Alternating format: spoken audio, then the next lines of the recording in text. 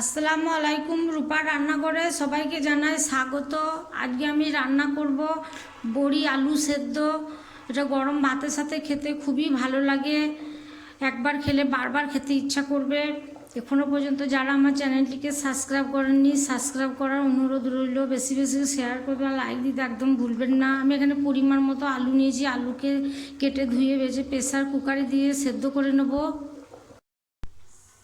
আমি এখানে পরিমাণ মতো সরষের একটু তেল দিয়ে পরিমাণ মতো বড়ি নিয়েছি, বড়িটাকে একটু লাল করে ভেজে নেব।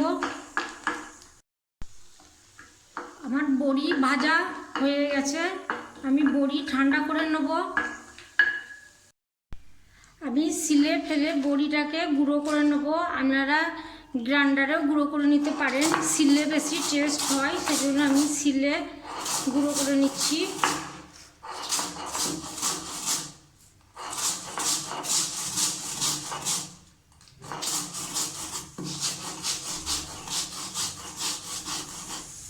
দিয়ে দিচ্ছি একটা লঙ্কা, ঝালটা বুঝে দিবেন। আর দিয়ে দিচ্ছি লবণ পরিমাণ মতো, স্বাদ মতো লবণ দিয়ে ভালো করে গুঁড়ো করে নিচ্ছি।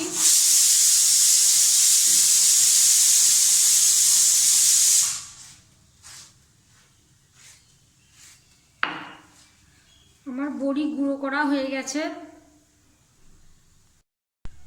আলু সেদ্ধ হয়ে গেছে, আলুটাকে আমি চামচ দিয়ে ভেঙে নেবো। আলু ঠান্ডাও হয়ে গেছে, হাত দিয়েও মাখা যেতে পারে, যার যেটা সুবিধা হবে সেরকম করে নেবেন।